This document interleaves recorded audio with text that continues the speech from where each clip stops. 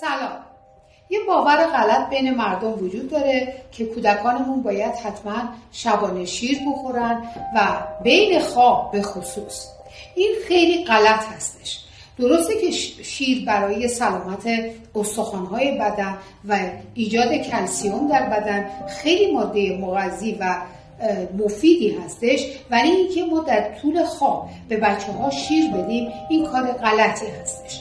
آخرین شیر رو میشه در ساعت‌های 10 شب به کودک داد، دندون‌های کودک رو تمیز کرد و بعدش دوباره در ساعت 6 و 7 صبح به کودک شیر داد.